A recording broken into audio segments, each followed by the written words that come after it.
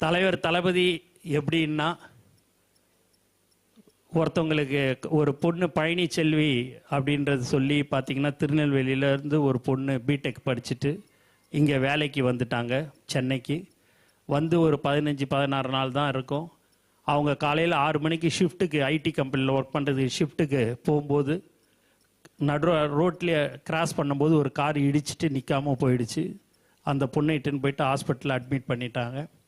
Admit பண்ண உடனேயே ஒரு 2-3 நாள் கழித்து தலைவர் தளபதிக்கு தெரிய வந்தது, அந்த பொண்ணு இதுமாரி ஆக்சிடெண்ட் ஆகி அந்த ஹாஸ்பிட்டலில் அட்மிட் ஆகிருக்குதுன்னு. என்னை கூப்பிட்டு உடனே போய் அந்த ஹாஸ்பிட்டலில் போய் பாரு, அது என்ன அவங்களுக்கு எப்படி இருக்குதுன்னு சுச்சுவேஷன் போய் பாருன்னாரு. போய் பார்த்ததுக்கு அந்த பொண்ணுக்கு போய் பார்க்கும்போது டாக்டர் சொன்னாங்க, அந்த பொண்ணு கோமா ஸ்டேஜுக்கு போயிடுச்சு சார். ஒரு 3 நாள் ஆகுது அந்த பொண்ணு இங்கே அட்மிட் பண்ணி. யாருன்னு எங்களுக்கு அவங்க அப்பா அம்மா வந்திருக்கிறாங்க, அவங்களுக்கு பெரிய வசதி இல்லை சார், அதனால் கோமா ஸ்டேஜுக்கு போயிடுச்சு அப்படின்னாங்க. எப்படி மேடம் டாக்டர் சரி பண்ண முடியுமா அப்படின்னு கேட்கும்போது, சார் அது 5 நாள்லேயும் சரியாகலாம், 5 வருஷமும் ஆகலாம், 10 வருஷமும் ஆகலாம், அவங்கள நீங்கள் டிஸ்சார்ஜ் பண்ணி இட்டுன்னு போயிட சொல்லுங்கள் அப்படின்னாங்க. பணம் கட்டணும் அப்படின்னாங்க. சரி தலைவர் தான் கட்ட போகிறாருன்னு எவ்வளோன்னு பணம் சொன்னாங்க. அதை எடுத்துன்னு போயிட்டு பணத்தை கட்டிட்டோம். கட்டினோடனே டிஸ்சார்ஜ் பண்ணிட்டாங்க. பண்ணிட்டோடனே ஆம்புலன்ஸில் அந்த பொண்ணை இட்டுக்குன்னு போயிட்டாங்க.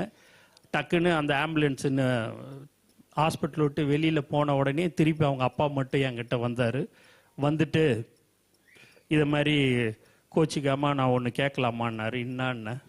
ஒன்றும் இல்லை, என் வீடு குடிசை வீடு திருநெல்வேலியில், என் பொண்ணை இட்டுன்னு போய் அங்கே வச்சுக்க முடியாதுங்க. ஒரு 10 நாள் 15 நாள் ஒரு சின்ன ஹாஸ்பிட்டலில் எங்கேயாவது போய் வச்சுக்கணும். அவங்கள அட்மிட் அங்கே பண்ணிட்டீங்கன்னா நான் வாடகை இடம் பார்த்துட்டு அதுக்கப்புறமா என் பொண்ணை இட்டுக்கிறேன்னாங்க. ஏங்க நீங்கள் இதை முதலே சொல்லக்கூடாதா அப்படின்னு கேட்டேன். கேட்டதுக்கு அவங்க அப்பா சொன்னார், நான் உங்ககிட்ட ஹெல்ப்பு கேட்கல, நீங்கள் ஏதோ சோஷியல் மீடியாவில் ஏதோ பார்த்துட்டு செய்கிறீங்க, அதனால் உங்களுக்கு தொந்தரவு கொடுக்கக்கூடாது, தலைவருக்கு தொந்தரவு கொடுக்கக்கூடாதுன்னு சொல்லிட்டு தாங்க நாங்கள் அப்படி இது பண்ணோம் அப்படின்னாரு. சொன்ன உடனேயே நான் தலைவர்கிட்ட சொன்னேன், ஏன் அதே ஹாஸ்பிட்டலில் இருந்திருக்கலாமே, ஏன் டிஸ்சார்ஜ் பண்ண? இல்லை அவங்களுக்கு தெரிஞ்ச ஹாஸ்பிட்டலில், அவங்க திருநெல்வேலியில் அவங்களுடைய சொந்தக்கார யாரோ ஒருத்தர் டாக்டராக இருக்கிறாராம், அந்த ஹாஸ்பிட்டலில் அட்மிட் பண்ணிக்கலாமான்னு கேட்குறாங்கன்னு. அது எத்தனை நாள் ஆனாலும் சரி, எத்தனை வருஷம் ஆனாலும் சரி, அது கொண்டுன்னு போயிட்டு அட்மிட் பண்ணிட்டு அவங்க சௌரியத்துக்கு நீ சொல்லிடுன்னாரு. சொன்ன உடனே அந்த பொண்ணை அந்த ஹாஸ்பிட்டலில் போயிட்டு அட்மிட் பண்ணி 15வது நாள் அந்த பொண்ணு நன்றாக கண்முழித்து இன்று நன்றாக இருக்கிறது என்பதை தெரிவித்துக் கொள்கிறேன். அந்த பொண்ணை ஒரு 10 மாதம் 1 வருஷம் இருக்கும்னு நினைக்கிறேன். அதுக்கப்புறமா இங்கே தான் இந்த இடத்துக்கு வந்தாங்க. வந்தவுடனே, அண்ணா என்னை தெரியுதா நினச்சி, பழனிச்செல்வி என்னை தெரியுதான்னு நினச்சி. சொல்லுமா என்னம்மாண்ணே. அண்ணா எனக்கு கல்யாணம் அண்ணே அப்படின்னுச்சு. ரொம்ப சந்தோஷமா அப்படின்னா, அண்ணன் தலைவர்கிட்ட ஆசீர்வாதம். இல்லைம்மா அவர் ஷூட்டிங்கில் இருக்கிறாரு, வந்த பிறகு நான் சொல்கிறேன், நீ பத்திரிக்கை கொடுத்துட்டு போகணும், உங்களுக்கு இந்த அண்ணன் பத்திரிக்கைன்னுச்சு. தலைவரை பார்த்துட்டு கொடுத்துட்டு போகணும். இல்லைம்மா வர்றதுக்கு 1 வாரம் 10 நாள் ஆகும் அப்படின்னு சொன்னேன். ஆனால் இன்னைக்கு நான் இருக்கிறேன், உயிரோட மறுஜென்மம் எடுத்துருக்கிறேன்னா அது தலைவர் தளபதியால் தான்.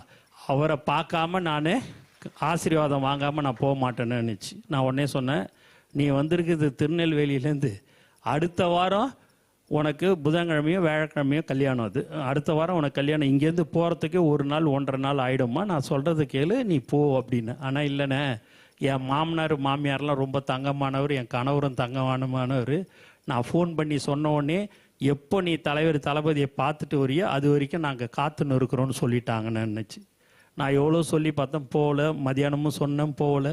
சாயங்காலமும் சொல்லி பார்த்தேன், போகல. அது இங்கே ஒரு ரூம் எடுத்து அப்பாவும் பொண்ணும் தங்கிட்டாங்க.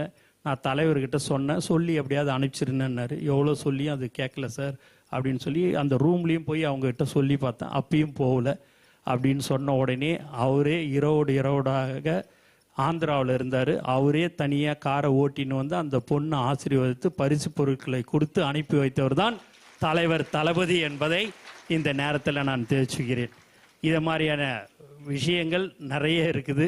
இருந்தாலும் ஏன் இதை சொல்கிறேன் என்று சொன்னால், அதை மாதிரியான ஒரு நல்ல மனிதர் தான் இன்று மாண்புமிகு முதலமைச்சராக தமிழ்நாட்டு மக்கள் அவரை தேர்ந்தெடுத்திருக்கிறார்கள் என்பதை இந்த நேரத்தில் சந்தோஷத்துடன் தெரிவித்துக் கொண்டு, எனக்கு வாய்ப்பு கொடுத்த அனைத்து நல்ல உள்ளங்களுக்கும் நன்றி கூறி விடைபெறுகிறேன். நன்றி, வணக்கம்.